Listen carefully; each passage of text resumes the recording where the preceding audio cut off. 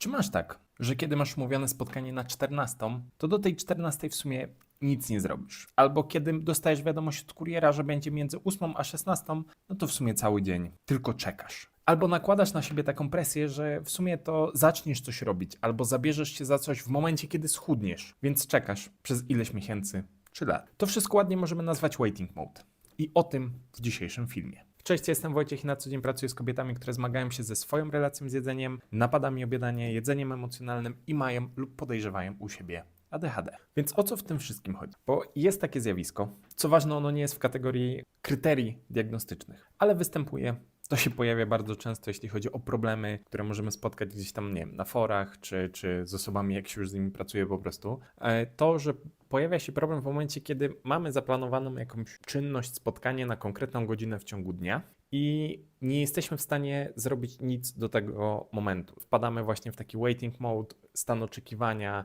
To może też być właśnie w dłuższej perspektywie czasu, że nie wiem, czekamy na rozmowę o pracę, czy na zmianę pracy, no ale generalnie czekamy na coś. Przez to czekanie bardzo często utykamy w tym miejscu, gdzie nie jesteśmy w stanie nic zrobić. No to się pewnie kończy jakimś tam scrollowaniem Instagramów, TikToków, cokolwiek, ale no czynnościami, których pewnie nie za bardzo chcielibyśmy robić w tak dużej ilości, ale nie robimy nic, co faktycznie byśmy chcieli. No i w ogóle to zjawisko występuje z kilku powodów, które no też na siebie wpływają.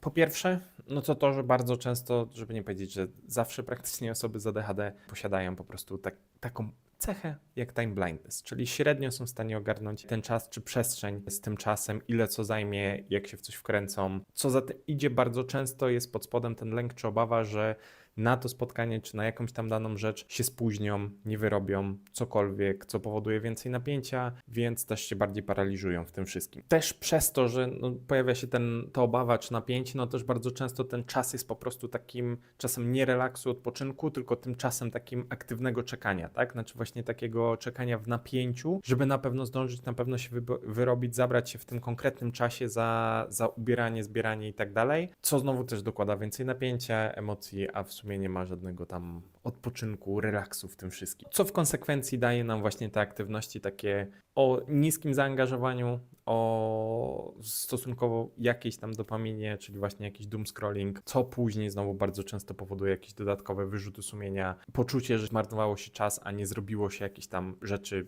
produktywnych w tym wszystkim. No i teraz może to wynikać też z kilku innych toków myślenia, które gdzieś tam się pojawiają w trakcie tego wszystkiego.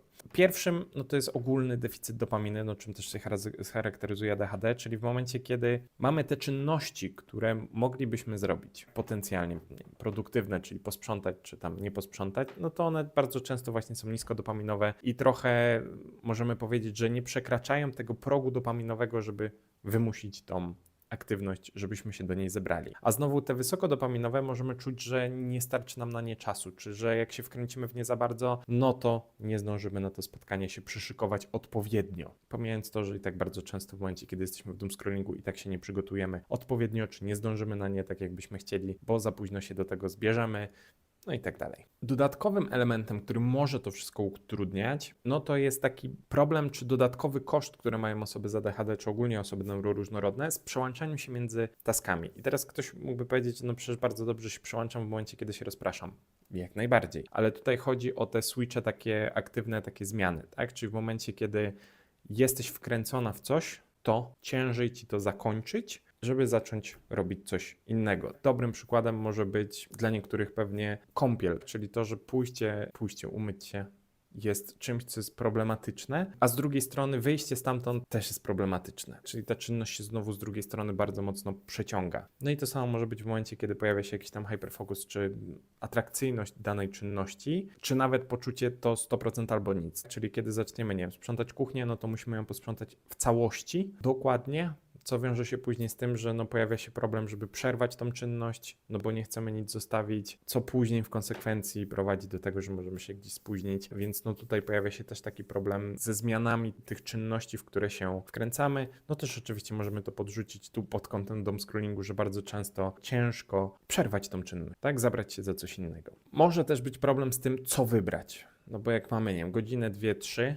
no to co my faktycznie możemy w tym czasie zrobić, co w ogóle zdążymy zrobić, no bo znowu tutaj podciągając ten time blindness, no to nie do końca możemy dobrze oszacować, co jesteśmy w stanie zdążyć zrobić w tym czasie, co może znowu generować jakieś napięcie i problemy. No i przez ten wybór decyzji, znaczy ten wybór, który mamy, żeby podjąć decyzję, możemy też utknąć w tym paraliżu decyzyjnym tego, że nie wiemy, za co się zabrać, co będzie najlepszą opcją, co oczywiście nie chodzi o to, żeby było najlepszą w ogóle w jakimkolwiek znaczeniu. No dobra, ale no to co z tym zrobić? Jak z tego wyjść? No bo to na pewno w końcu się zdarzy. I będzie, więc fajnie mieć jakiekolwiek strategie na ten element. I po pierwsze budziki, ale to co bardzo ważne, nie budzik na zasadzie, że musisz już wyjść, bo to może być bardzo już późno albo trudne, żeby zrobić w tym danym momencie, ale rozłożyć te budziki, które mają na przykład inne dźwięki, inne opisy, a najlepiej to i to, na 3 segmenty, czyli to, żeby przestać robić daną czynność, później po 5, nie wiem, 10 minutach, żeby zacząć robić następną czynność, no i ostatni budzik na to faktyczne wyjście. Oczywiście fajnie jest, dla niektórych to działa i działa całkiem nieźle, trochę oszukiwać z deadline'ami, czyli to, żeby przesuwać ten czas wyjścia, czyli to, że w teorii ty wiesz, że jest spotkanie na 14, ale z automatu ustawiasz sobie to, że deadline jest bycie tam, nie wiem, 13:45, powiedzmy, no bo wtedy jak się nawet spóźnisz 5-10 minut do tego deadline'u, no to nadal wszystko jest ok, ale te oszukańcze deadline'y mogą być dla niektórych skuteczne. Jasne, oczywiście może się pojawić koncept, że no jakby no ten deadline nie jest prawdziwy i tu się pojawia jakiś problem, ale no to jest coś, co warto sprawdzić, zobaczyć, czy po prostu działa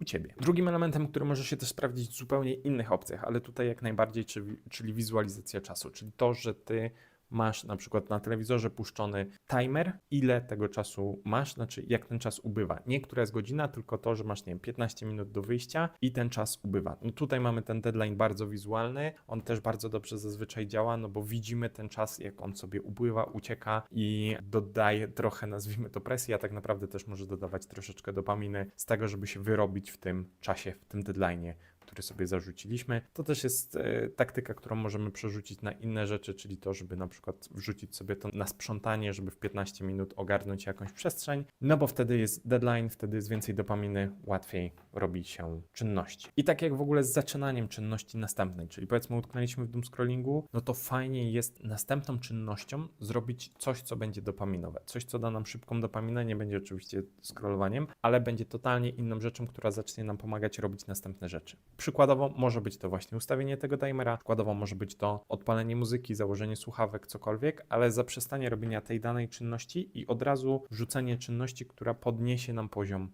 dopaminy, bo wtedy łatwiej będzie nam się zabrać za następne rzeczy. Można wyjść oczywiście z założenia też zrobienia czy przygotowania sobie takiej listy, jakie rzeczy możesz robić w tym czasie oczekiwania. Takie, które wiesz, że będą stosunkowo krótkie, które gdzieś tam, nie wiem, będą potrzebne z drugiej strony i dadzą Ci też satysfakcję, nie? Czyli nie wiem, tak jak przejrzenie maili, które wiesz, że zazwyczaj Ci zajmuje, nie wiem, 30 minut, czy to, żeby posprzątać kuchnię z wierzchu, co też wiesz, że zajmuje Ci tyle i tyle czasu. Czyli wypisanie sobie, nawet przygotowanie takiej listy, które wiesz, ile te czynności mniej więcej sobie zajmują, bo już robiłaś w innych warunkach, innym środowisku i możesz je użyć w takim momencie. Bez wymyślania, bez wybierania, tylko wrzucenie sobie tego na kartce, mieć ileś, czy tam w notatniku w telefonie mieć ileś takich propozycji do po prostu działania. Tip jeszcze malutki, jeśli chodzi o muzykę, zwłaszcza jeśli lubisz grać i gdzieś tam x tytułów przerobiłaś w swoim życiu, to muzyka z gier może być też tą muzyką, powiedzmy, bardziej dopaminową, no bo ona w domyśle często jest wybierana. Oczywiście nie zawsze i nie do każdej gry, ale w wielu grach jest wybierana też po to, żeby podtrzymywać to skupienie na grze i